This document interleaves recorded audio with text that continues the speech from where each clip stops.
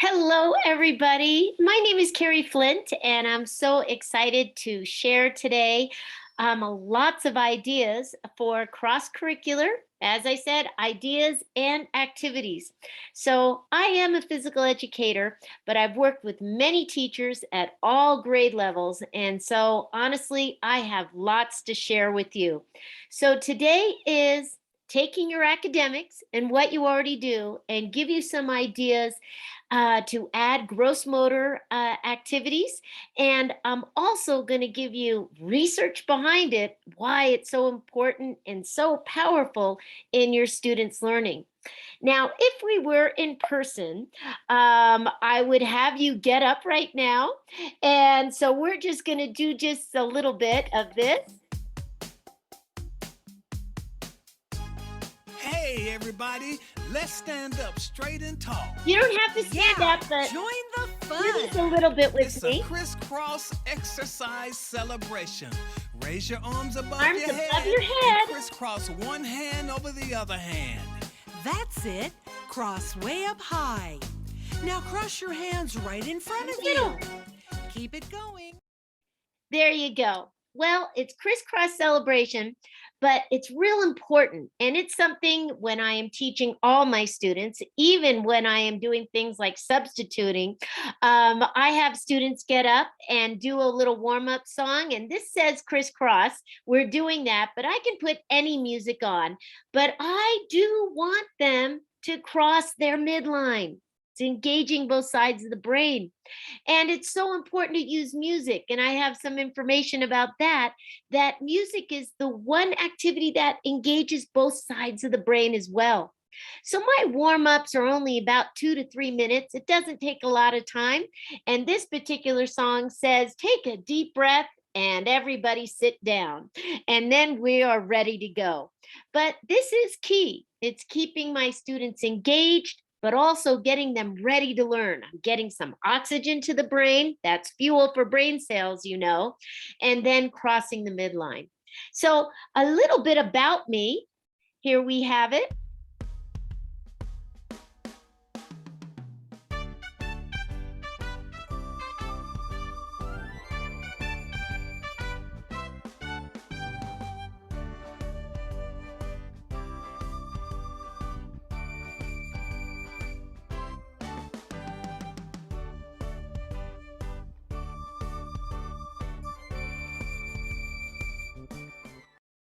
So, as you can see, I have lots of hats and I've done a lot of things in my 20 plus year career. But most importantly, what I'm doing today is what I passionately love the most is giving ideas and strategies to teachers. And hopefully today you walk away with one, maybe two, or more activities that, wow, I can do this. This is not a difficult thing, because that really is what my goal is today, is to show you it doesn't have to be complicated. It's not about bells and whistles. It is easy things to implement. And instead of taking away from your academics and learning process, we're actually enhancing it. My teaching environments are a lot.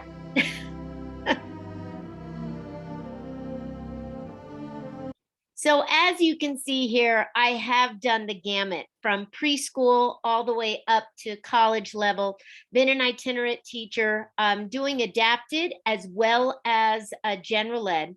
Now, currently doing virtual still. It ended up opening up a door that, COVID, we were forced to do it, but now we're discovering that there's it benefits some kids. So that's what I'm doing currently, as well as presenting.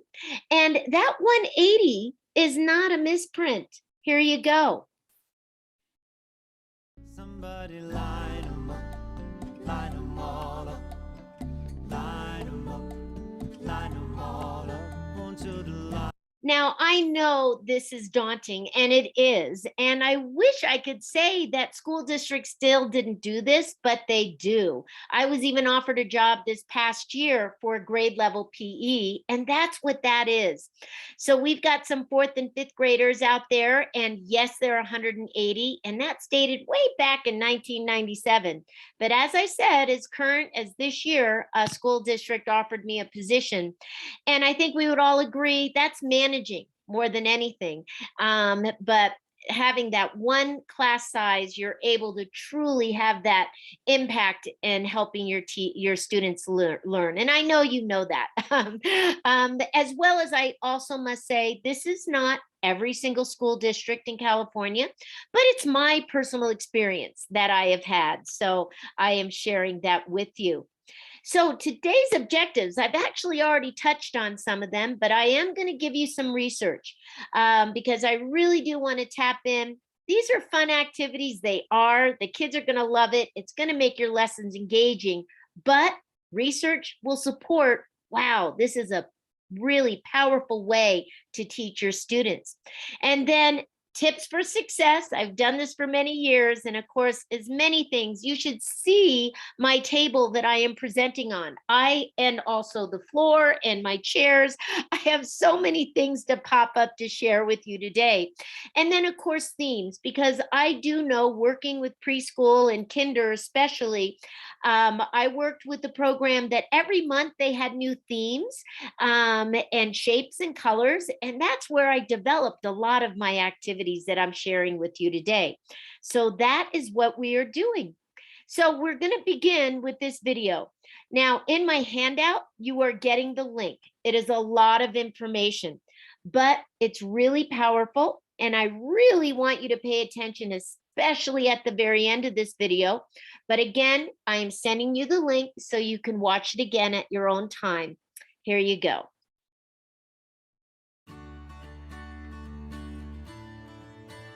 Meet your brain. Weighing in at about 3 pounds, this single organ accounts for about 20% of your body's blood, oxygen, and energy usage. The brain houses 100 billion neurons, with each neuron having somewhere between 1,000 and 10,000 synapses, or connections to other neurons. Every thought, every action, and every memory is managed and stored in these neural pathways. What does this mean? Well, every brain is unique and uniquely organized. Yet historically, schools have educated students as if they had identical brains. In the drive to ensure standardized accountability, education has sought not to facilitate learning, but conformity. As the establishment of education systematically disassembles our students' creativity and motivation, students engage with new learning less and less and are not retaining learning in long-term memory. So how do we, the educators, design learning to facilitate this ultimate goal of long-term memory penetration? Well, we have to begin by hijacking their brains. There are basically 2 ways to do this, by providing the brain with a pleasurable experience or a painful one. Unfortunately, the more powerful of the 2 is pain. A teacher can prepare the most incredibly engaging lesson ever, but if the student is experiencing physical, social, or emotional pain, the pain will hold their attention rather than the learning. To stop this from happening, we must begin by ensuring that each student has a safe, risk-free learning environment. So that leaves pleasure as the best way to engage the brains of our students. To make learning pleasurable, it must be relevant, meaningful, and enjoyable. So just ask yourself one simple question. Would I enjoy sitting in my class all day, every day? But remember, every brain is unique. Therefore, when introducing new information, teachers must provide students with multiple entry points to the learning. This means drawing upon students' interests, prior knowledge, and past experiences. Then, students often need multiple solution paths to connect with the new learning. When new information is introduced, the brain has to find a way to reconcile it with prior learning. This process is called cognitive conflict. Teachers often try to shield their students from cognitive conflict because the process can be frustrating. But to truly ensure that the information is mastered, students must be allowed to struggle and resolve their cognitive conflict. So how do we motivate students to endure this struggle? Well, research into cognitive psychology tells us that there are 3 key ingredients to intrinsic motivation. The first is autonomy. Giving students opportunities to make meaningful choices during the learning process gives them a sense of empowerment. The second is connection. This ingredient has 2 pieces. Students need to connect to each other collaboratively and also to the real world. This satisfies a relational need in the brain that helps motivate students. The third is the pursuit of curiosity in the progression towards mastery. This requires a balance between 2 variables, challenge and ability. If the challenge is low and ability is high, the brain becomes bored. If a challenge is too high and the ability is too low, the brain becomes stressed. A balance is needed between the 2. And when the brain finds a challenge that is perfectly balanced with ability, the result is called flow. And it is the most intense enjoyment of learning that the brain can experience. When the 3 ingredients of autonomy, connection, and progression towards mastery are mixed together in the brain, the result is a storm of motivation. But the brain still has 2 other key needs to be able to struggle through and resolve cognitive conflict.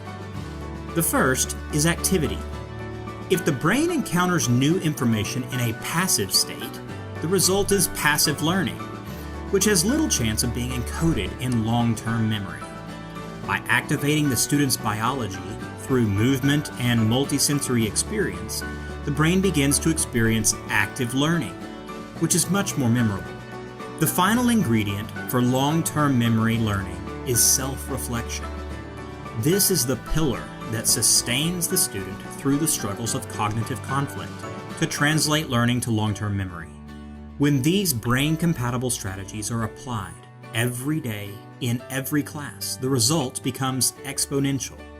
With each passing year, students recall more and more prior learning from long-term memory, and the cycle of learning only grows.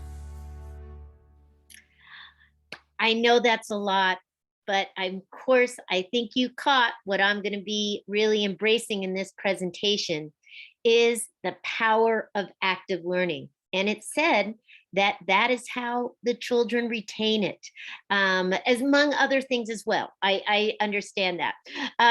But it is a key component. And that is why I'm here today to share these ideas. So it is all about active learning, and that's physical activity which promotes it. So today, I'm not here to tell you to do jumping jacks. I mean, yes, it's good to do those exercises, but I'm really going to be specific with activities that complement what you are teaching, thus enhancing that learning experience for your students. Now, active learning, it absolutely is educational, engaging, and enjoyable. We are challenged to these days with all grade levels to motivate our students and get them to want to learn and experience that. So creating lessons that, yes, they need to be standard-based. You have the curriculum that you need to teach, but in order to get them going to want to learn, engaging, and that enjoyable, I don't want you to be afraid of that word. It's fun to learn. Make it fun to learn. And don't be afraid of that. They're going to remember it. Years ago, well, not years ago, frankly, I was substituting just this last December, and some aides came to me and said, by any chance, are you Mr. Flint's wife? And my husband is a retired physics teacher. And I go, well, I actually am. And so here are students that have graduated. All of a sudden, they're like, really? Will you tell them we just keep remembering the glider lesson? That was the greatest lesson ever. It was just so awesome. And I was able to share that with my husband, that I go, he made learning fun. And here are these girls so excited to want to say hi, but not only say hi, just say, that was just the best lesson ever. So that's what I encourage you to do, is to make your lessons enjoyable and memorable. So gross motor skills, and let's see, what is this all about?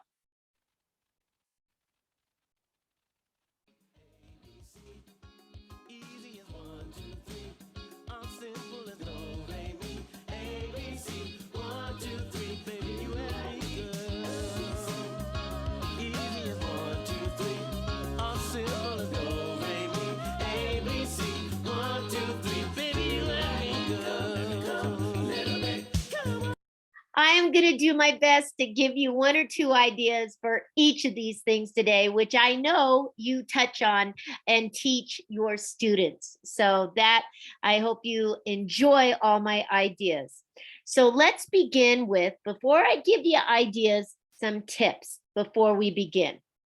Now, the first is short breaks, 1 to 3 minutes. Never, ever, ever more than 3 minutes. I'll even say 30 seconds is great, 30 seconds to a minute, because you'll be amazed. A minute actually is a really long time. It is long enough to pretend that you are a penguin. It's long enough to cross your arms and match the music, or count jumping 3 times because you rolled the dice that said 3 times. So we're going to jump 3 times or jump 2 times, whatever it may be. Really short. You don't want to go longer than that. Again, this is to enhance your lesson. This is not to take away from your lesson or be in any way distracting. The next are very, very clear signals. Now with me, and you'll learn today, I use music. That's why I'm musical PE. I use music 100%. It's not only fun, engaging, enjoyable, as well as there's so much music, as you said, as I just shared with you, ABC, that goes with ABCs. But it's also very simple. I do not teach with the whistle. Even with those 180, I did not have a whistle. I literally, it was music on, you move, music off, you freeze. Simple. Every single grade level that I have taught gets it. Even my little 4-year-olds, TKers, get that. So very clear signals. Be consistent. Don't let kids wiggle out of the, and break that. If you say to freeze, they're to freeze. And that takes a little bit of practice, but the key is consistency. The next is teaching and practicing. And that really is a key to all class management or anything or any routine, is having the kids, don't just say we're walking in the classroom. We're going to practice walking in the classroom. We're going to practice freezing when the music stops. So I'll play the music for 5 seconds, stop the music, freeze, music on, move. I literally will practice every single signal and tip, and whatever activity we're doing, we will do that. So children understand it's much more than words. They learn by doing, as well as being very proactive. The more that you follow these tips, you will have success. And also excellent class management, because getting your kids up and moving gets their wiggles out. They're going to be more focused, and it really will make a difference. But every time you teach and practice, and sometimes you need to reteach, especially after a long weekend or a vacation, it's never a waste of time. Never, ever. Don't assume the kids get it. Make sure they get it by taking these proactive steps. Now, when should you do these? Frequently. Before an activity, we started today with crisscross. Very, very simple. During and after. So honestly, the more that you incorporate activity throughout the lesson, you are going to keep them more engaged rather than sitting and sitting and sitting and sitting and sitting and oh my goodness, and the kids may not have watches, but they're drowsing. I will say tips to know to get them up and moving are when you do have the heads falling, that they're falling asleep or they're really fidgeting. That is your signal. Okay, let's get up and do a little move and then sit down again. By the way, just having your students stand up, even for 2 or 3 seconds, you've increased their focus 7%. I found that research a long, long time ago. So get them, don't be afraid to have them stand up, sit down, turn around, touch their nose, and sit down. Simple as that. Now, how? Well, I'm going to share with you lots of visuals, little things that I've made, music. There's tons of videos out there, and quite frankly, our imagination. Simple as that, that we can bring our lessons to life. And yes, extra steps worth the effort. It will make your day go so quick, as well as you'll have less behavior issues. It really will make a difference. Again, I've been teaching for many years. I've been doing lots of professional development. I'm doing lots of class management. I've done not just physical education. I've been in the classroom as well as 180. Need to remind you that, as well as doing adaptive physical education, students with special needs. So, all right. So today is about bring your lessons to life. Active learning. You are specifically going to select activities that complement your lesson. So as I said, it's not about, okay, let's do 10 jumping jacks. It is when you create your lesson, oh, this would be a good time that we could do this activity because I just talked about this concept. It's bringing your lesson to life. So it is part of your planning time of creating your lesson. It's not an afterthought. It's not, as I said, oh, we're going to do 25 jumping jacks. No, I mean, again, it's good to get them up and moving, but it's about enhancing. I guess I'm going to repeat that myself a lot.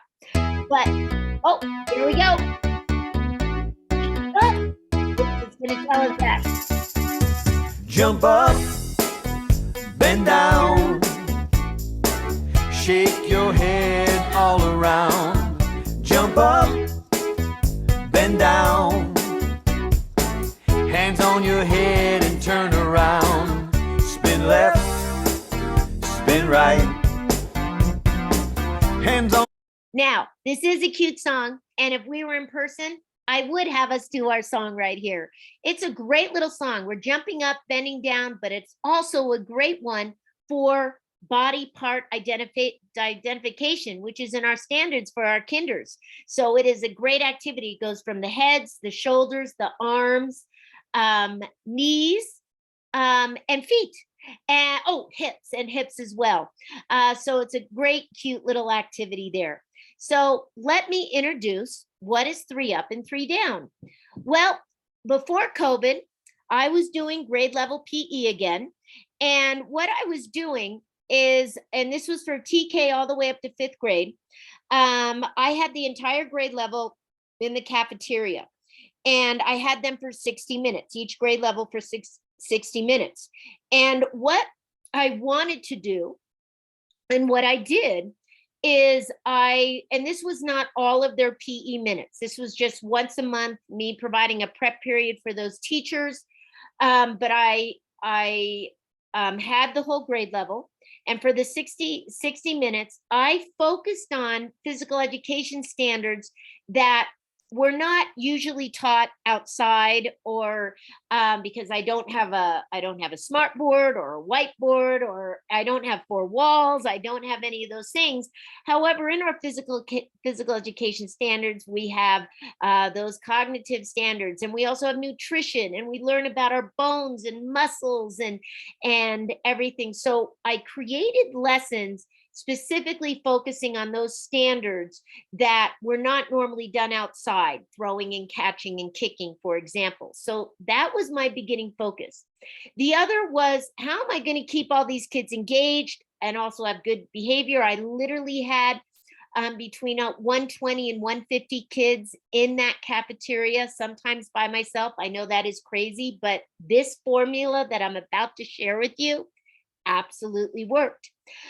So what it is an activity followed by content by another activity. And it is the magical 3 minutes.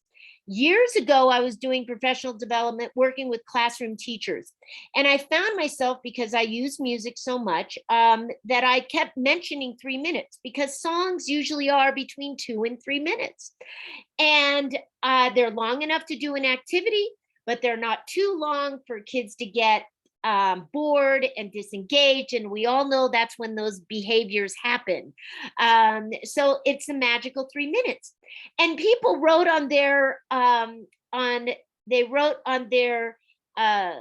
like evaluation, I can do 3 minutes. And it kept popping up on all of these evaluations. I'm like, okay, there's something with these 3 minutes. So that was my guideline in creating these PowerPoints. 3 minute song, 3 minute video of the content. And that is what I did. So there you have it. And I also started my students with an activity first. I didn't have them sit. They walked into the cafeteria. Once all the classes were there, we instantly did an activity like I started with you today. Then I had them sit down and I started talking. I got their wiggles out. They were so excited to see all their classes, all the other kids in the other classes. So that activity took care of that. So after the 3 minutes, sit down, now they're ready to listen. So in order to do this, it's to create a routine. And as I said, teach the routine and then practice the routine. So with my kids, I brought them in and I had music playing. So there was transition music to come in. They knew they were not to sit down. They were to do the activity, then sit down. And then we practiced. Okay, music on, you move, music off, you sit down and listen. So the first step, again, well, I've told you a lot of steps, but here we have, it is personal space. Now with 150 kids in a cafeteria, it is close. And so this picture here, the kids are close, and some of them are actually touching. So then I use this slide, and this is a slide that I actually used with my students. Okay, now this one, kids are still close, but none of them are touching. So this one is not personal space. And Can't this touch one, You can't touch this. so yes, then I had them get up and dance around a little bit because music is on. And I need to get them to practice this and learn that music is on. It's okay to move. This is that ice cold Michelle. And when the music is on, Now here's a game that's kinda neat. Just gets your body in the beat. But when you hear the music quit, don't wanna see you move a bit. Now you can dance any way you please, but listen closely for the freeze. now, real quick about that song is from Greg and Steve. It's the freeze dance. So yes, I had my little ones. I had a different song for my older kids, but for my little ones, I used the Greg and Steve, which was the freeze dance. So I absolutely practice. They understand music stop, you freeze. Then I had this slide. It means you're going to be sitting down and you're going to be listening. So it does take steps, but I want you to know something. The very first time I did it, and I did have 150, I had TKers and kinders in that cafeteria. I did have a couple aides with me, so I was not completely by myself. And I introduced this routine and structure of how this hour was going to happen. It worked the very first time. And I stood there in shock because it worked. So the next month when I came back and I did have I had one aide with me and I'm like, okay, we're going to find out if this was a fluke or if this worked. And I will let you know it worked again and again and again. It worked with every single grade level, setting this routine and process in doing so. So now let's dive in. Let's dive in. I know you're ready. So I just needed to set you up the sort of the philosophy and what you're going to do, some ideas, some strategies, and some activities. All right. Now, I mentioned the power of music, or I mentioned that I use music. And I use music a lot. And I do recommend that that's what you use as your timer, meaning this is on for a minute or 30 seconds, but also realize the music, like look how I found the music, the freeze dance. It was absolutely teaching what I needed to teach, was exactly that. But here's very interesting. The musical activities stimulate development in every area of the brain. So I am sure you kinders, you already do music. So anything, I'm just gonna just share this with you and for you to say, yes, I use music. Look at that: vision, balance, speech, behavior, sensation, skill, movement, and emotion. Music is one of the most powerful biological tools we have to change our mood, mindset, and behavior. We know that as adults, we know that music is amazing. And so that power of music. Music connects both sides of the brain. I mentioned that at the very beginning, doing that crisscross song.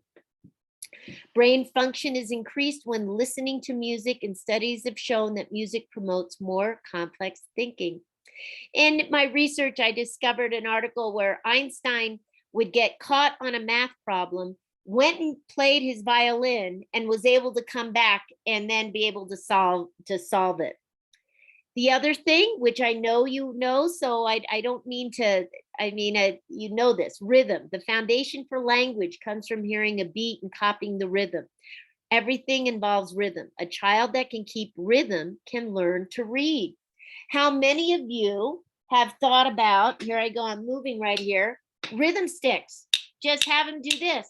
By the way, that's PE standards to keep a rhythm, but now, you don't have to go anything fancy. Just go to Michael's and there are dowels that you can just pick up. I just put the tape on it because I like color coding everything, but it doesn't have to be fancy. By all means, you have pencils. They could do that too, but rhythm. Okay, now the other thing I thought is interesting, again, if it's just a reminder, you already know this: classical music in minor tones for the right side of the brain. And of course, we have that. And then upbeat and major tones for the left side. So when you think about that, interesting, the left being the logic, that you may want to have more of those upbeat music for doing the math and keeping that in mind. So again, just sharing information. I know you use music. I hope maybe I will help you take it to the next level, incorporating music. With me, musical PE, I do teach with music 100%. My lesson plans are actually playlists. This is interesting. The beat goes on. The beat goes on. Drums keep pounding a rhythm to the brain. I don't know about you, but I'm always moving to that one. I love it. But I thought, again, interesting. Humans and songbirds are the only creatures that automatically feel the beat of a song. I was doing a presentation. Someone shared with me that dolphins also can as well. And I also feel, I love this very last statement: our bodies are made to be moved by music and move to it. So embrace music. As I continue here today, I use music all the time in doing that. So music and gross motor skills complements teaching. It is enhancing your lesson. And quite frankly, everything I'm presenting today is multi-sensory lessons on so many levels. Uh, um, I started out teaching general ed, and then I became an APE teacher. And it was when I became an APE teacher that really opened my eyes to be able to present content in multiple ways. Now I'm jumping back to that video that we saw at the very beginning, where it really said we all don't have identical brains. We have different brains. We have different experiences. We learn differently, and not only knowing that, being very aware of when you present content that you are presenting it in more than one way to reach your students. So let's go. ABC.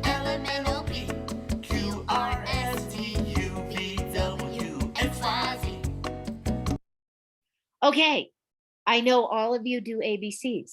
So let us begin with they can make their bodies into, let's make our bodies into the letter A, the letter B, have them partner with the student and they could be the letter H, or so just getting them up and bending and moving. You're also dealing with helping your students with balance and partner balances, all good. And that's all actually part of PE, but the deal is getting them up and moving and feeling. And what I've always done with my students is I will have a student do a whole A altogether, but then I'll have a student that just does the letters and the fingers. And I'm like, I'm okay with that because I'm letting them be creative in doing so. But we have the ABCs. The other thing that I did, and it was years ago, Dr. Seuss Day, where is it? I had my ABC book. Here we go. My ABC book, and I read the ABC book, and with each letter, I said, okay, everybody stand up and do an A and make a B. So you are reading. The other thing is, any story that you read, I want you to focus on the verb, because that's what moving is. We know that, verb. And it also could be emotions, having them pretend, oh, it's cold. How do you feel if it's really cold outside? Or you're a snowman and you're melting.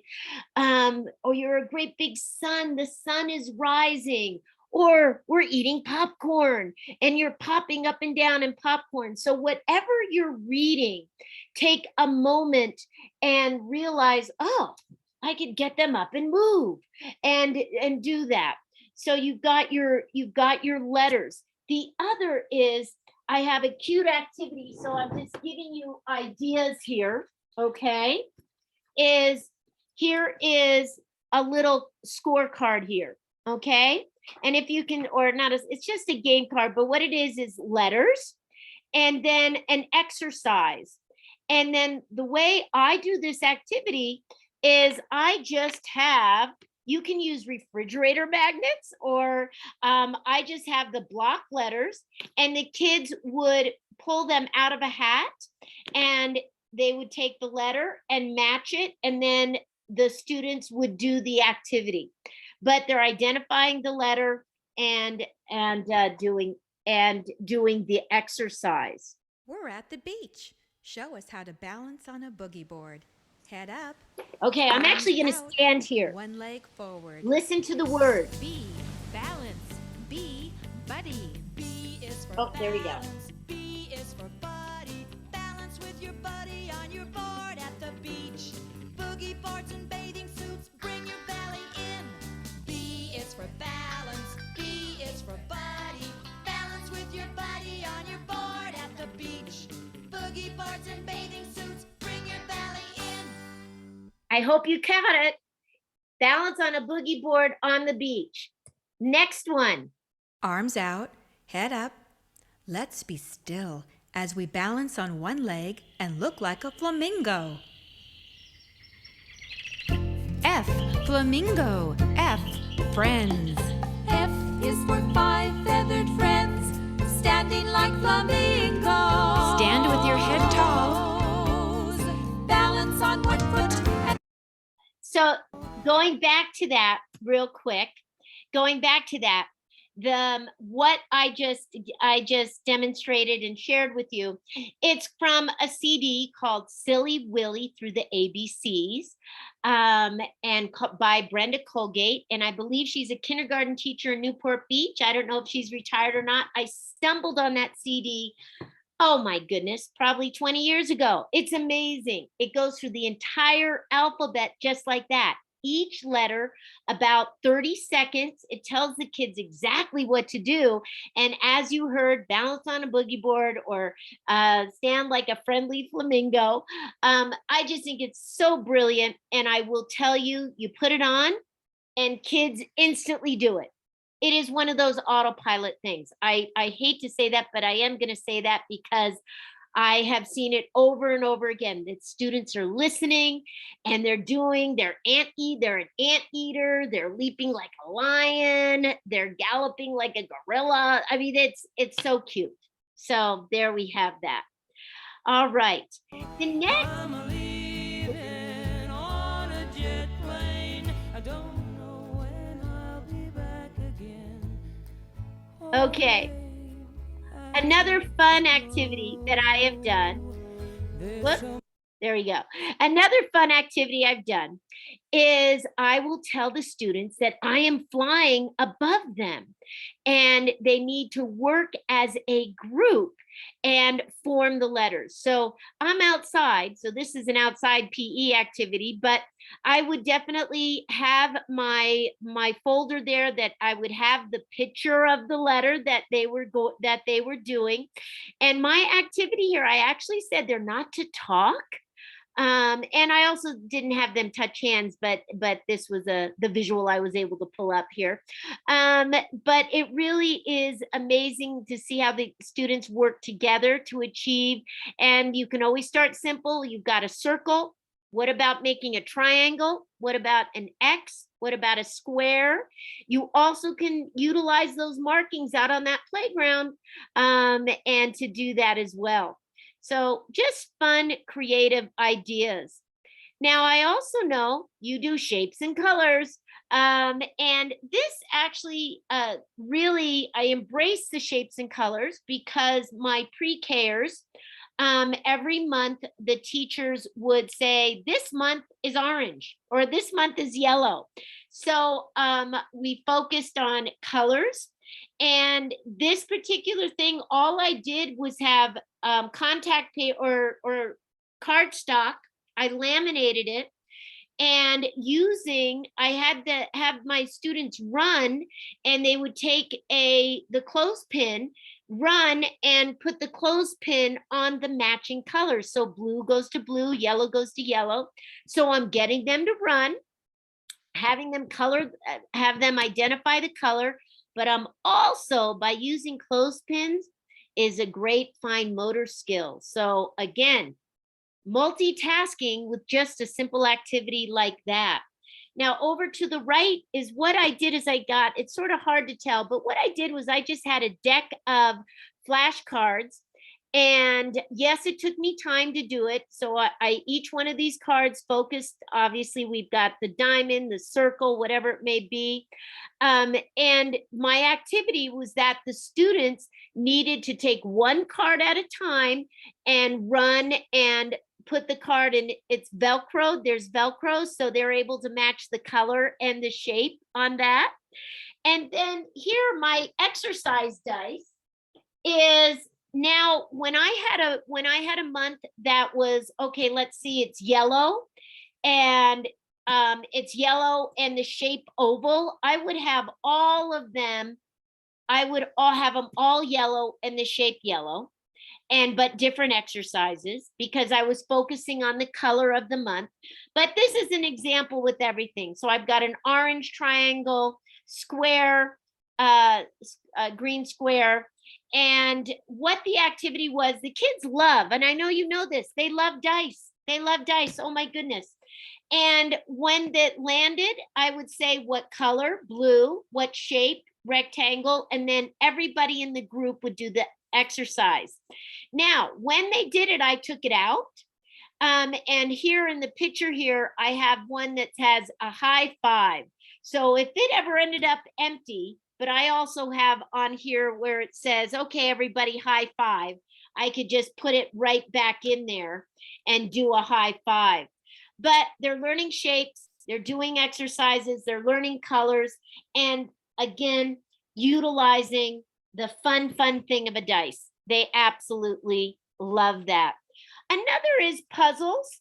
I have this one puzzle. And that's another thing. I have, my kids are old now, are much older now, 17 and 24, but I have had these for years ago.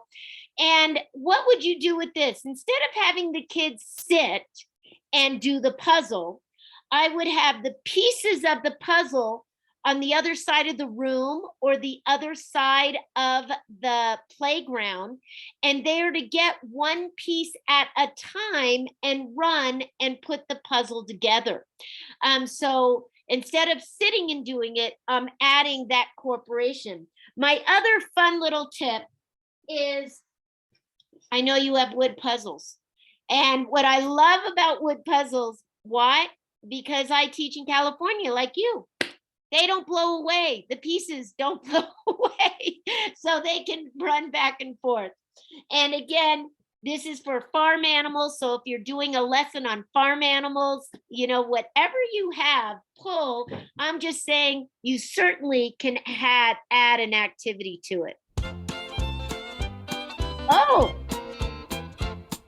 Circle left, oh Belinda, circle left, oh Belinda, circle left, oh Belinda, circle left, my darling, into the center, oh Belinda, all go back now, oh Belinda, into the center, oh Belinda, all go back, my darling, circle right, oh Belinda. okay. I apologize. I have everything queued up and I wanted to talk about Old Belinda. So here we go. Old Belinda is from a CD called Get Ready to Square Dance. And it is as simple as that. You have your students stand in a circle and they're holding hands and you're circling left and you're circling right. You step in and step out.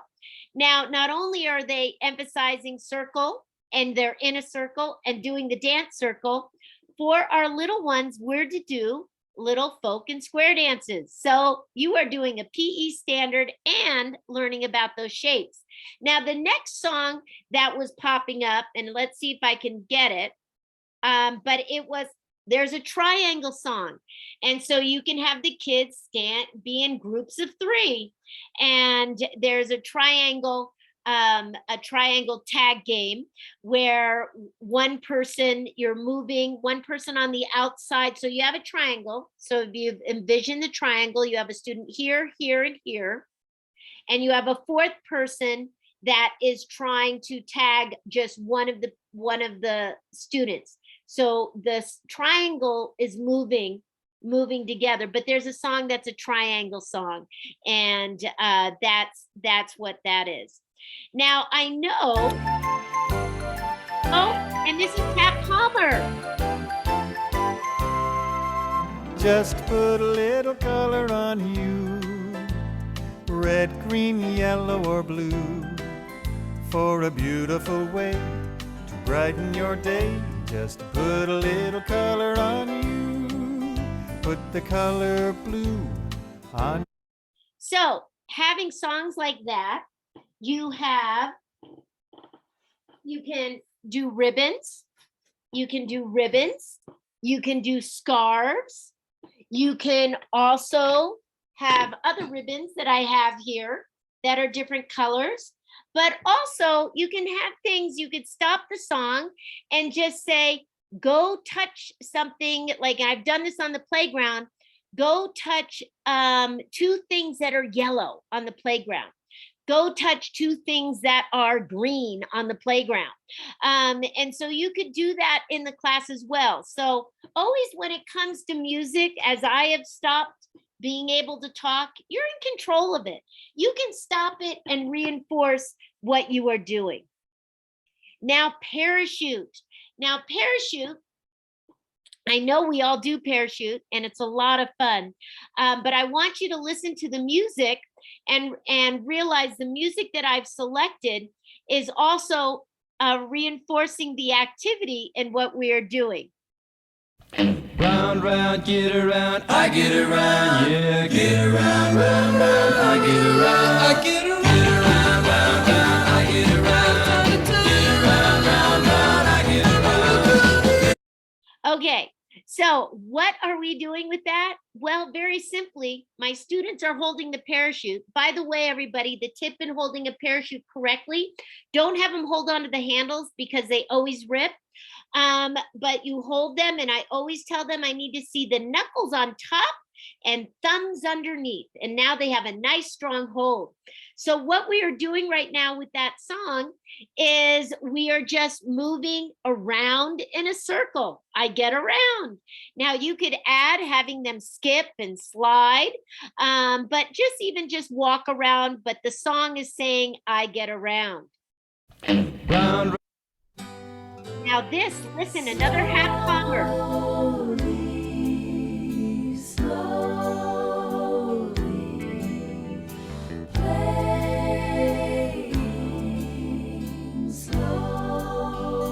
Slowly as snails go sliding by, slowly as clouds drift through the sky.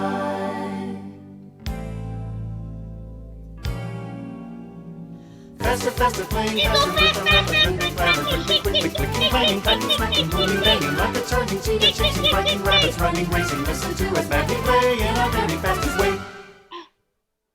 Slowly.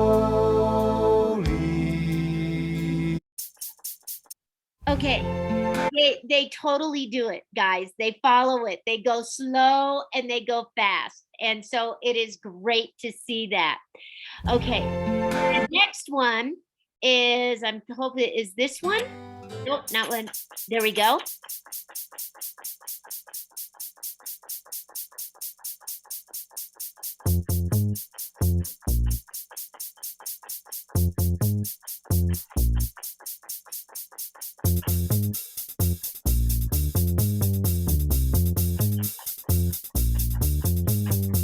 shake it up and shake it down. Okay, so shake it up and shake it down. And you heard how it goes. How many of you have done popcorn? What is popcorn? By putting balls on or bean bags on the parachute and they pop them off the parachute. So they're shaking, shaking, shaking. And the way I do my activity, the song is for only 30 seconds. You have half of the class shaking and the balls are popping off. Use softballs or yarn balls so no one will get hurt. And then half of the other students are throwing the balls back on. After 30 seconds, the kids switch. And that is the other magic thing about using music in these activities that I do, is that I will do a full 30-minute PE lesson, parachute, because that's what I do, but I'm not doing any activity too long, and I'm doing many of them. So my last activity with the parachute is, this is my music selection. Listen to the birds. I see trees of green, red roses too. I see them bloom for me and you. And I think to myself, what a wonderful world. Not only is it a great song, but trees of green, sky of blue, and we're doing the parachute and it has colors. And this particular activity, they are bringing it up slowly like a mushroom. And I call the color green. And if they're holding the color green, they switch sides under the parachute and then down and up again. Okay, I'll call blue. The kids that are holding on blue will switch sides. So it's a nice concluding ending activity to the parachute, which has colors. So that's why I threw it in there. Now, The next thing I really want to strongly emphasize, go outside on your blacktop. I know you have things painted. Hopefully they're colorful, because I want you to know that we've learned that colorful playgrounds are more engaging. But here you have, I want you to look at, you have hopscotch. Yes, you have hopscotch. But not only do you have the hopscotch, but you could have them toss a beanbag on the numbers and add the numbers up. You could also challenge them. Can they balance on one leg 1 second? Can they balance on another leg 5 seconds? Can they dribble a ball? Can they dribble a ball, bounce and catch? Your little ones, we're working on bounce and catch. That's what we're doing. Bounce, catch, one, bounce, catch, or toss, catch. That's what we do with the kinders. But having them on those numbers, that will give them, okay, I can do it 7 times. Or with that, they're hopping and doing a stride jump. And then in the picture to the left here, you'll see that it's just a balance line. Kids love balancing on a line, as simple as that. Have them balance a beanbag on top. And then you have the ladders that are painted there that they can jump in and jump out. But utilize what's on your playground. And if you are a fortunate school that has numbers and letters, use them and shapes, and really think out of the box, getting your kids moving. At my school site, we had great big painted dots.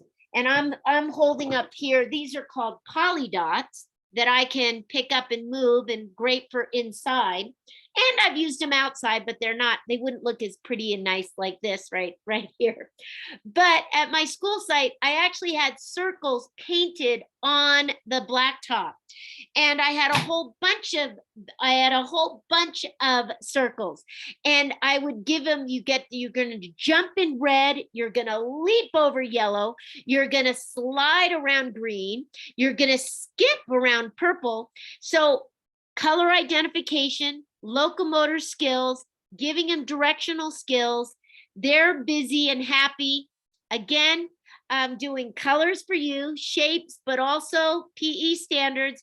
But most importantly, everybody, since it was painted on the blacktop, no equipment, pretty awesome. But you could do that with anything, numbers, colors, shapes, and you can do that. Okay.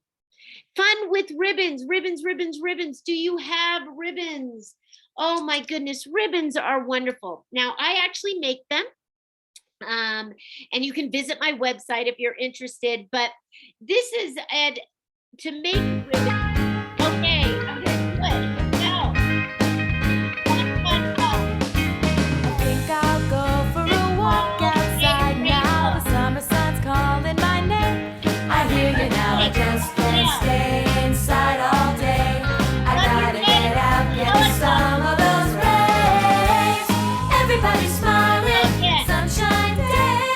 Everybody's laughing, sunshine day. Everybody seems so happy today. It's a sunshine day. I think I'll go for a walk outside now. So there you go. You can spell your name. You can do numbers. You can do letters. You can do the alphabet. They can do their sight words and draw it. Now, I have ribbons, and I have to say, every single grade level, kids love them. Every grade level, from TK all the way to high school. I'm not exaggerating. I'm really being bluntly honest here. Kids love them. And in my years of teaching, I've never had issues with kids getting in fights with them. Why? Is because they're fascinated looking at the ribbon.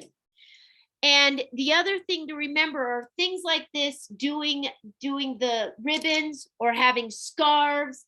They are crossing the midline.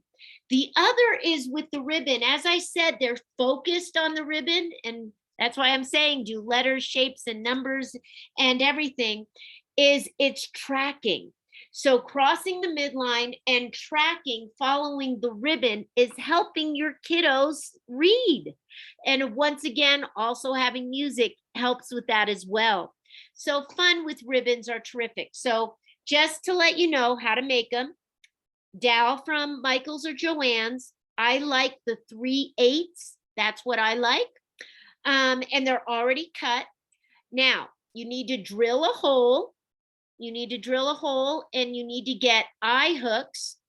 You need to get eye hooks from Lowe's or Home Depot. Then you need to go to a sporting goods store, and if you can see that, it is a fishing swivel hook, okay? And then I really like the sheer ribbon, and the length that I do is 4 feet. Now I double the ribbon, but honestly, you can do this. Now, do I have it? Yes, I do. Hold on. So that's what I do.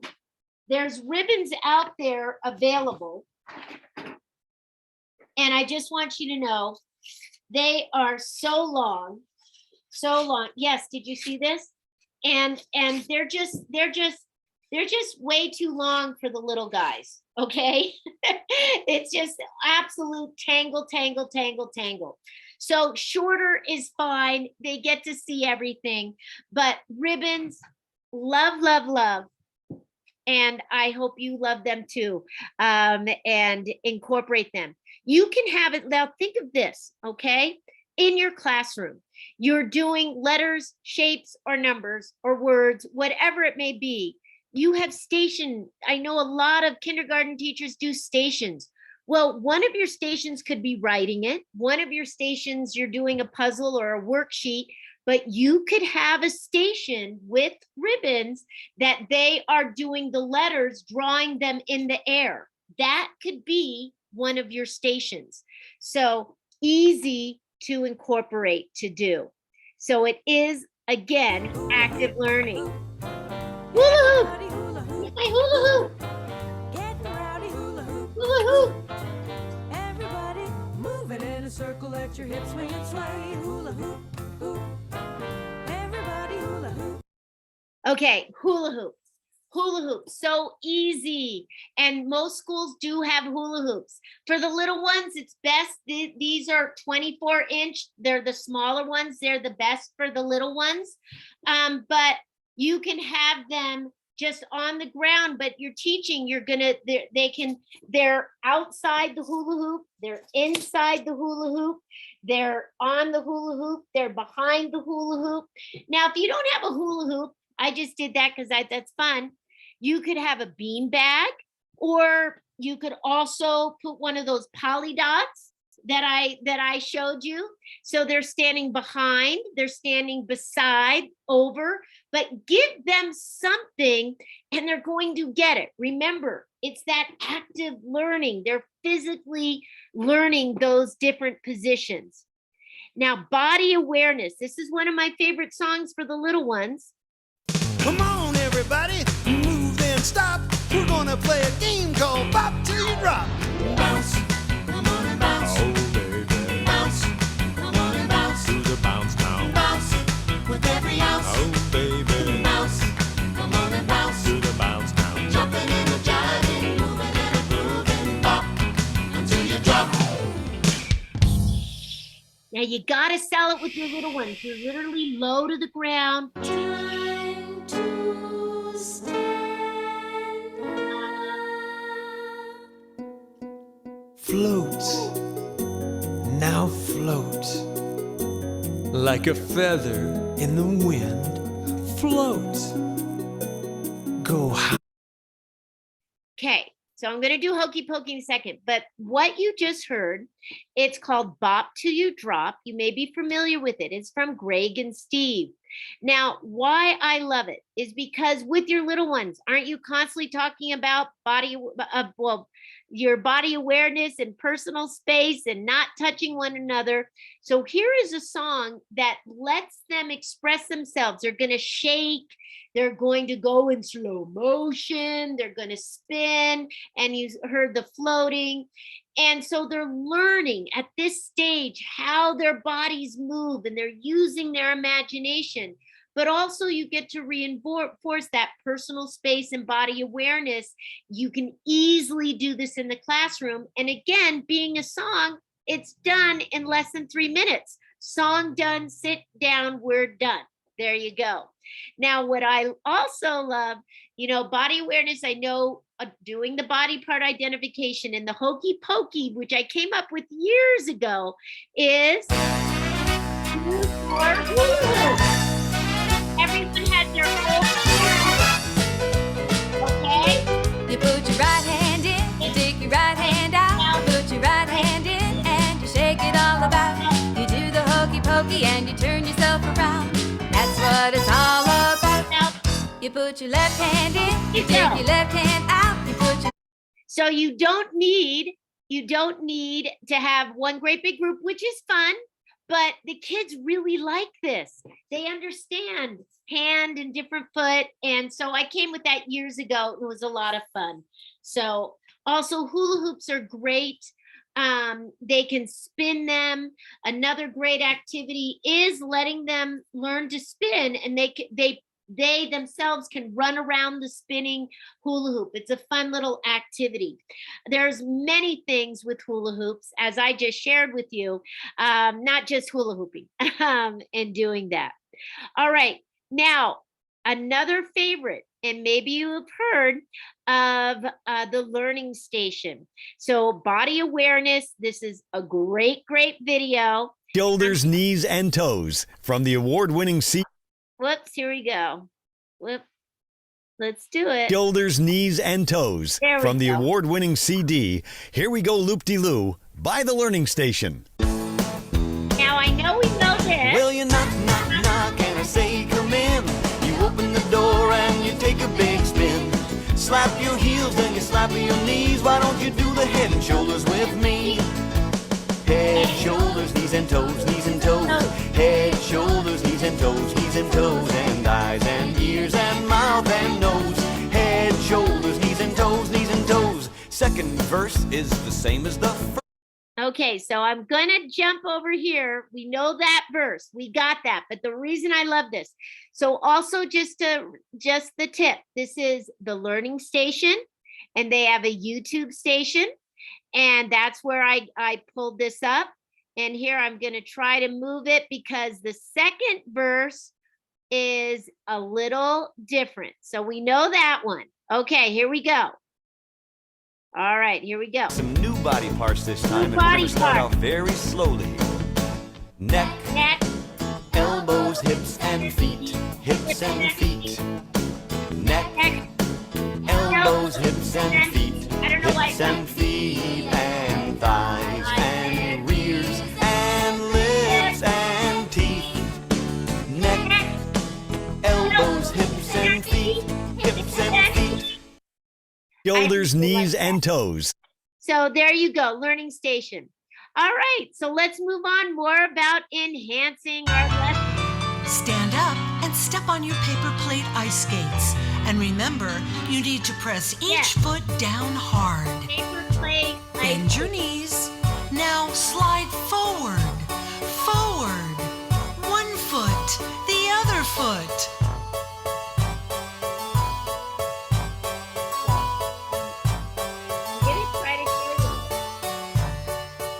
Now slide side to side.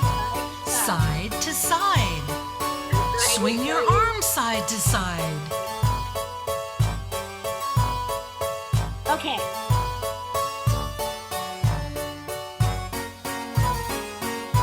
You're sliding.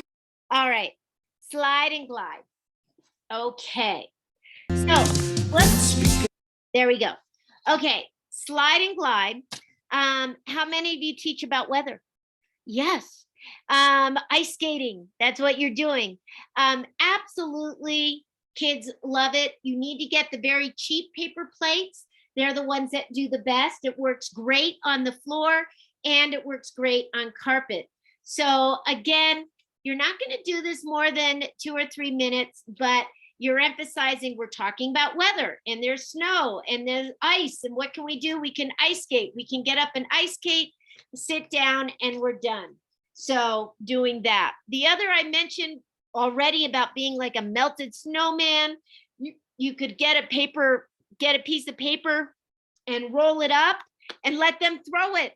Yes, let them throw a paper ball. No one's going to get hurt. but we can do that. It can be a lot of fun. And again, it's bringing it engaging. We're talking about it, but also by the way, by having those kids scrunch up a paper, another fine motor activity, which is very good to do. So a lot of things, having the kids act out all the different types of weather.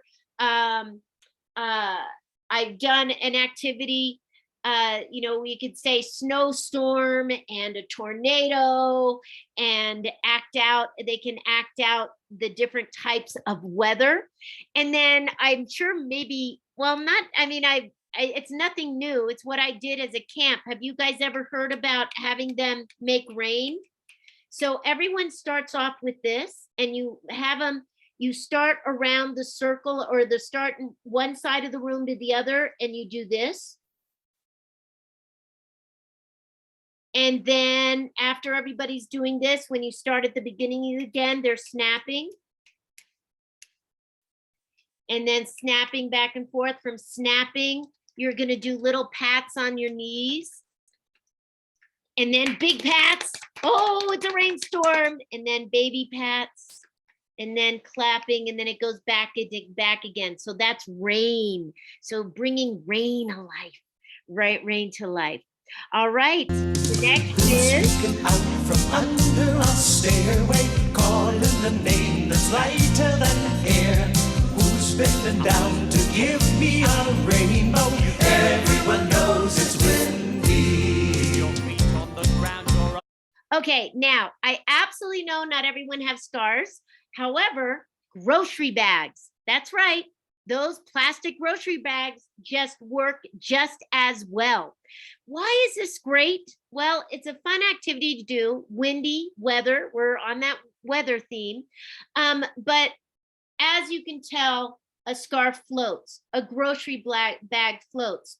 So it's helping the students build their hand-eye coordination, because it's floating and they are practicing catching. Much easier to catch that than a ball that is tossed to them. So great fun activity, and again, tying into your weather theme. Now, animals are so awesome. And I want to share a little story right now. I was doing a training at a school, and I was there waiting for my turn.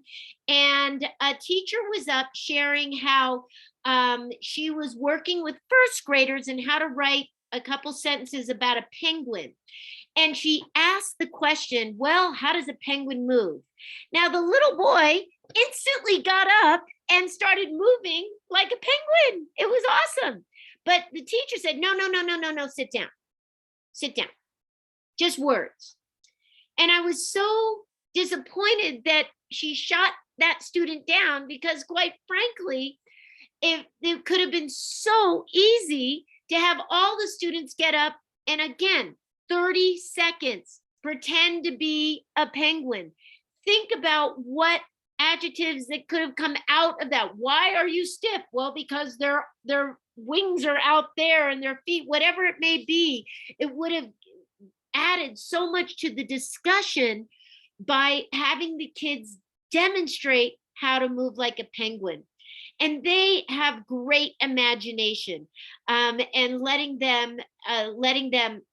let them be the animal they want to be, and tie it into your activity. Now, you can do this it. is another great You can do it. Listen and follow me. Can you leap like a frog on a lily pad? Now leap. Can you leap like a frog on a lily pad? Leap. Can you leap like a frog on a lily pad? It's so much fun, you can't be sad. Now leap. Can you crawl like a cat across the floor? I know you get it. I just wanted Arms to share out, a little bit of that. Head up. Let's be still as we balance on one leg and look like a flamingo. Oh, we already did the flamingo, but here you have F, the flamingo. F, friends. So there's Let's so pretend many we're things. That All right, we're all going to pretend that we're riding on a horse. We're going to gallop. Gallop. We all need to learn gallop. So here you have We don't have a horse. All right. So those are some songs that I've already pulled up and I already use when I teach all these things. It just makes it easier. Again, the time, it also enhances. I'm using music, engaging both sides of the brain and doing that. Now, when it comes to those animals, today with the internet, you can just pull up any pictures. But I honestly, what I have done is I have old calendars and I have great big posters that I can pull up, and they just love it, and to act out and pretend to be all those different animals. Now, this video, I am sending you the link to this video because I love it, and I'll show you and why I love it. Whoops.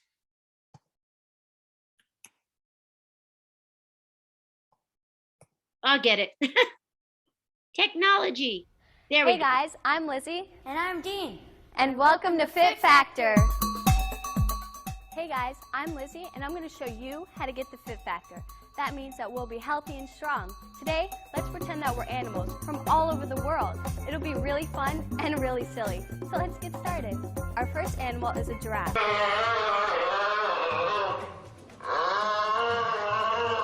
Hold your hands up high, like the giraffe's neck, and walk. Just walk like a giraffe. It's really fun.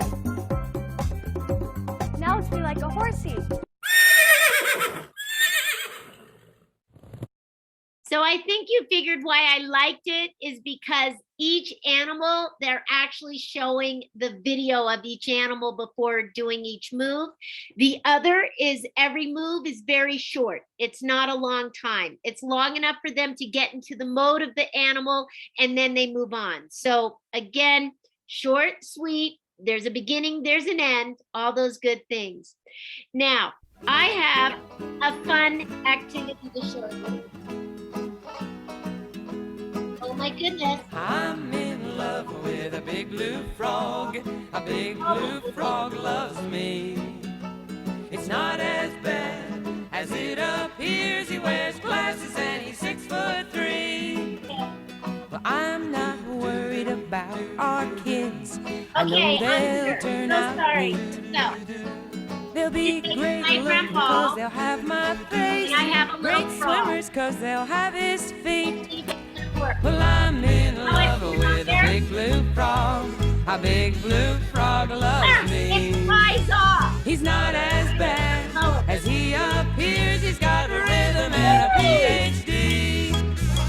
Well, I know. So that one, that actually, this little activity is actually my husband's physics lab. It's transferring energy from a large object to a small. Now, if you don't have little frogs, I just happen to have it because years ago I got them from Oriental. What also works very well are those little juggling balls, putting that on top and they bounce as well.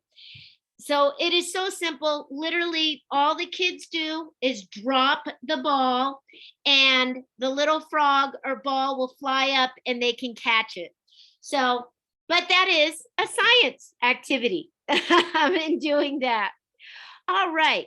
How many of you teach about My Plate? I know it's in nutrition. If you haven't yet, you can go to the Dairy Council in our state. They will send you little books for worksheet books for your students. They give you tons of material. So it really is great. So that is Dairy Council. Go to Dairy Council. It is completely free. You don't pay for shipping. You don't pay anything. You just say, I have my class. I would love to have workbooks for teaching My Plate. Now, I came across this next video and my students loved it. So here is learning about My Plate. Okay, we learn the fruits, the grains, protein, vegetable. We all know that. Here's the song to, again, enhance what I am teaching.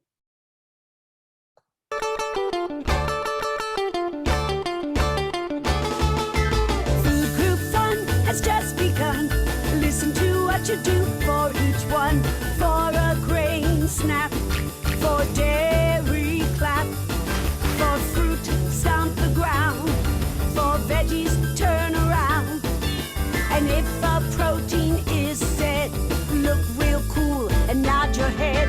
Yeah, yeah.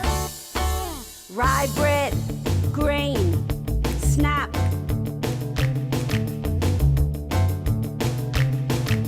Milk, dairy, clap. So they get it. It's a lot of fun. And the kids love it, but I'm talking about the plate. Now we're up and moving, and it goes through a whole bunch of different foods for the kids to identify. You don't need a mat. I know that there's a mat, but you don't need a mat. They can do the snapping, the clapping, the stomping. They don't need the mat. Don't worry about that.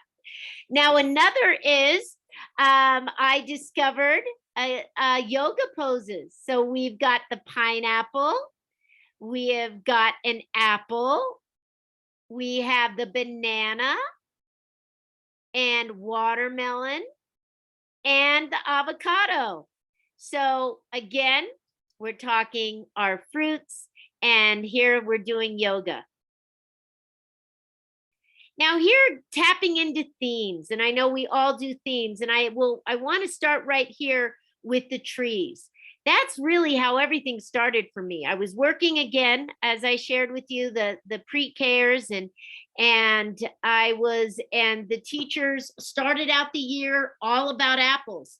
So I made these trees. Well, the one on the left with the red apples, I did not make. I picked that up someplace, but I drew out the wood tree, and I cut out the felt tree. And I also did yellow and green and red apples. So I started out with, they were running back and forth, picking the apples off the tree, and sorting the colors and doing that. So again, I am just listening to what was happening in the classroom and creating a lesson that complemented it. I see my cauldron there, and I called it a cauldron because I use it for Halloween, and I can be tossing vegetable and fruit bean bags in there for my great big witch's brew. But in this picture here, yes, you're right. It is gold bean bags. Yes, because that is also my pot of gold. And so I'm working on tossing and catching, or in tossing. And again, another PE standard. I know I'm giving you gross motor skills, but if you're doing the themes, also at St. Patrick is rainbow, lots of rainbow. A lot of things that I've done with rainbow is just having popsicle sticks, and I can scatter these popsicle sticks, and all they need to do is collect one of them and then sort them and put them in the little baskets. So rainbow activities. I also have done a station with orange equipment, purple equipment, red. So like each station had a particular equipment, but we've learning about rainbows. Fruits and vegetables, and sorting them and learning about fruits and vegetables. The tip that I need to share with you is that I not just showed them pictures of fruits and vegetables, I sort of helped it out. And I helped it out by the green are vegetables, an extra green card, and the red. That's another thing that I did, because I've also tossed bean bags on these great big dollars that I just got at the dollar store. And so they're tossing whatever bean bag, they get to pick up these dollars, and then you can add them. I know you're kinder, so whatever it is, but even identifying it's a $5 bill. But I did all my $5 bills with the green background, ones with the red background, 10s with blue. So I'm giving that one little extra step to help them sort the numbers and letters and things like that. I've done that. Now, another thing with these 4-leaf clovers, I had them toss bean bags, and whatever they landed on the opposite side, you can sort of see that there's different numbers. And I've done this with my older kids. That's why I've got minus 200 or plus 200, minus 50, and things that they can collect they land on the clover, but they don't know until they get it. They turn it over, and that's when they have the value. So now I'm adding math in there. And the bottom is a result of working with a speech therapist. And with my special needs kids, I'd worked with the severe population for 10 years, and I am now as well, that I took their words that they were working in the classroom and created these cards. And just as I've explained about running, about getting the puzzle pieces and the apples, I have these little cards that are Velcroed on another, like the other side of the basketball court. And they take one at a time, and they're matching the picture, which the speech therapist was working with those students as well. Now, with these, I started with special ed, but I have used every theme, everything with all of my general ed kids. My 5th graders love this activity, because what I discovered by having them like fill in the, like match the pictures or do the apples or whatever it is, I call it running projects. And they actually are exercising more than anything, because because they're doing something. I'm not just saying go run. They're achieving and accomplishing an activity. Now, balancing the surface.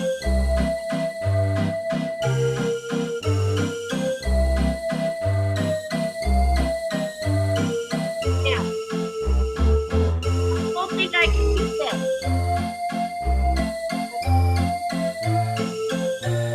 My feet.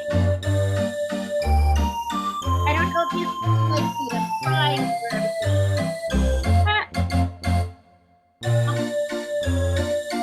Okay, here we go. I'm moving like here. Uh-oh.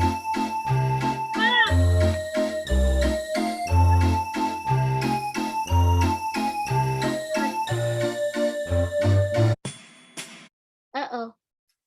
Oh my goodness. Oh my goodness. Everybody, where are you? Okay. You know what? I tried, and right now I don't know what happened. Hold on for a second. We had a little mishap. Okay. Hi again. I'm back. I'm so sorry. I was trying to show you what I would love for you to practice with your students. And here we go. I'm going to go back to here to the circuit.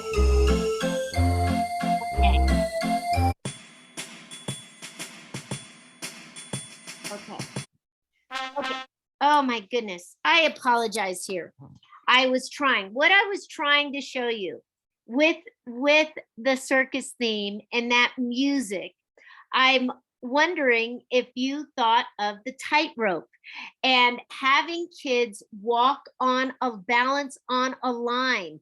They can be any line. It can be any line in your classroom. But the big challenge is having them heel, toe, heel, toe, heel, toe. Have them try go forward and backwards. But it's great for balancing. Balancing is also great for reading, by the way. Another activity with that balloon theme is balloons. And balloons, there we go. Now balloons.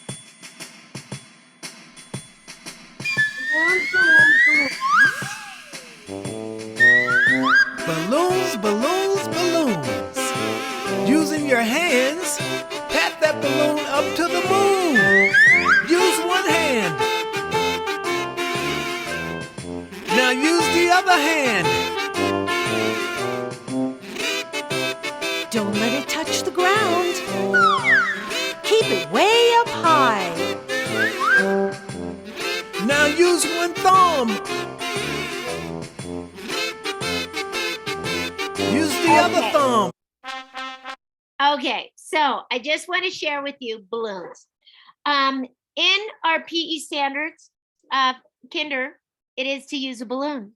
And to do exactly what we just did is to use body parts to keep it in the air. So it builds their hand-eye coordination. Also, they're tracking it, helping them with reading. So don't be afraid of balloons. The other tip is I honestly blew this balloon up about 6 weeks ago. It is a balloon that you get just like from the party store. It is the helium quality balloon. And I blew this up. And I can keep balloons like in a great big black trash bag. So I know you're like, I'm not going to blow these balloons up all day long. No, you blow them up once. They last for weeks. So you can keep them in a bag and pull them out for a 30-second break. I do a great activity that I tell my students they have to stay seated on. They have to stay seated. And they are to keep the balloons in the air. If a balloon falls to the ground, it's no longer in play. So no one is to get up. And if a balloon, and the activity lasts as long as there is a balloon going. So it's never that long, but it's a fun, nice little break in doing that. All right. Well, I now am getting to the end of my presentation. I apologize for the little glitches there. But I know we all we've all done this. So we're doing that. Okay, here we go. Fit body, fit mind.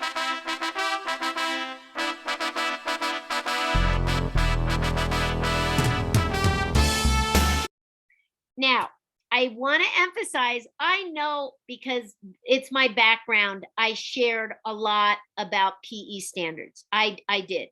However, I really just want you to just think out of the box a little bit. Again, reading the books, like, oh, okay, they have like, well, the tortoise and the hares going fast, going slow. They can, they can hop or jump. Whatever you're reading, you can have it come to life.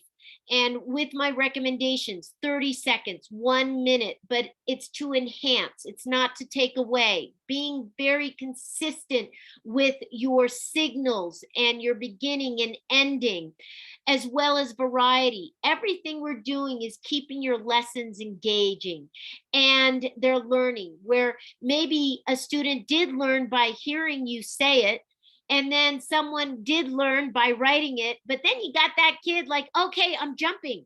I get jumping, and I, whatever it may be, or acting something out. Now, there's one more. This is only like a 2.5-minute video. Again, giving you some research to back up what I'm saying today.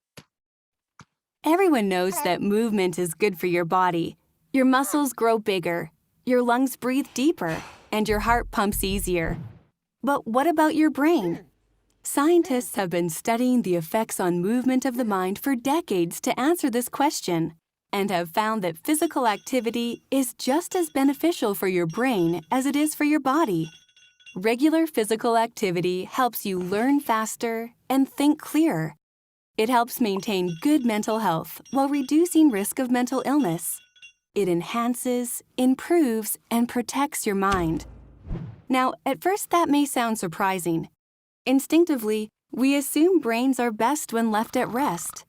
But researchers have proven that this instinct is wrong and uncovered reasons why minds need movement. One key discovery has been that physical activity releases a protein in our brains called BDNF. BDNF has been called Miracle-Gro for the brain because it acts like a fertilizer, helping our brain grow, create new cells, and forge new connections. By increasing levels of BDNF, movement allows our brains to blossom. More and more benefits are discovered each day, like improved memory, enhanced focus, faster learning, heightened creativity, better problem-solving ability, and reduced risk of anxiety, depression, dementia, and cognitive decline. Movement isn't just great for our physical health, it's a necessity for our mental health. And just like our bodies need physical activity to grow stronger, our minds need it too. Brought to you by Participaction. Okay, so it does make a difference. The other is this physical activity. Now, on this side, obesity, type 2 diabetes, heart disease, osteoporosis, cancer, depression. I know somebody's like, oh, well, that's maybe down the line. Well, we know obesity is identified as early as the preschool age, so it's definitely begins early.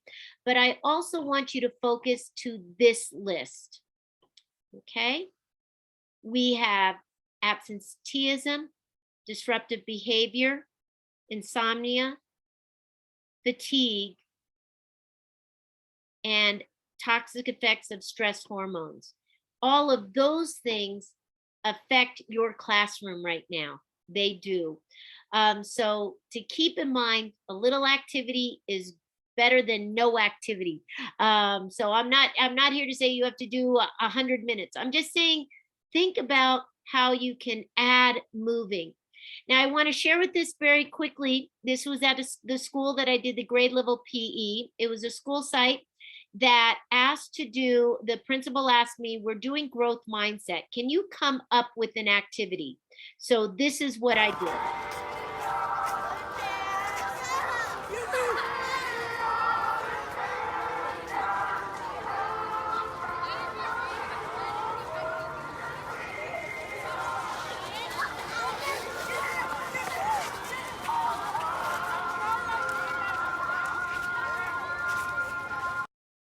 Okay, so what are you looking at? You're looking at an entire school walking for 8 minutes in the morning. So it was a total of a 10-minute block before any student went into the classroom. All of the classes meet outside. That was what was always being done. But instead of directly going into the class, I created all these playlists that we queued up, that I had a little exercise song, like a crisscross song. And after that, the entire school walked for 8 minutes. And how did I do that? Well, I painted on the blacktop pathways. So directly in this picture, that is first grade and second grade. They had a yellow line and an orange line. And then that building that you're looking at on the other side was the kindergarten playground. And I made pathways there for each class. And right behind us, where this one student is that you see, was the 4th and 5th grade, and then 3rd grade walked around the corridors of the buildings. So it was organized chaos. I changed the playlist every day. I did create playlists that teachers would like. These minutes did count towards their PE minutes, so that was 10 minutes. 10 times 5 is 50 minutes. But this is the great thing. Teachers loved it. The teachers were out there too. Everybody was walking. They were able to greet their students. The students were able to chit chat. So yes, it was social. Yes, it was moving.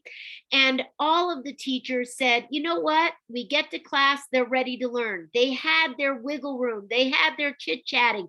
They had their time, as well as getting some oxygen to the brain. So that is getting them going. The other thing to think about is, I know you may have seen these, but basically the red means your brain is on fire. And this is just having students only walk 20 minutes. So this is getting oxygen to the brain and they're ready to learn, in comparison of just sitting quietly. If you're interested in more information, Dr. John Rady wrote the book Spark, and I strongly recommend that you read it. Really, the first 2 chapters, incredibly powerful, because it's specifically about getting kids active at school and the difference it made in behavior and grades. It really does. So what is this? Healthy music for a child's heart, body, and mind. Tony Chestnut from the award-winning CD, goodness. Tony Chestnut and Funtime Action Songs by The Learning Station. For the one person who has never seen this, that is why I'm sharing it. Tony Chestnut knows I love you. Tony knows. Tony knows. Chestnut knows I love you. That's what Tony knows. Try it again. Tony Chestnut knows I love you. Tony knows. Tony knows. Tony Chestnut knows I love you. That's what Tony knows. Tony. Tony. Get ready. And his sister Eileen. Yeah, that chord. And Eileen loves Neil. And Neil loves Pat. But Pat still loves Bob. And there's Russell. And Skip. This song is silly, but it's hip. How it ends, just one man knows. And guess what? It's Tony Chestnut.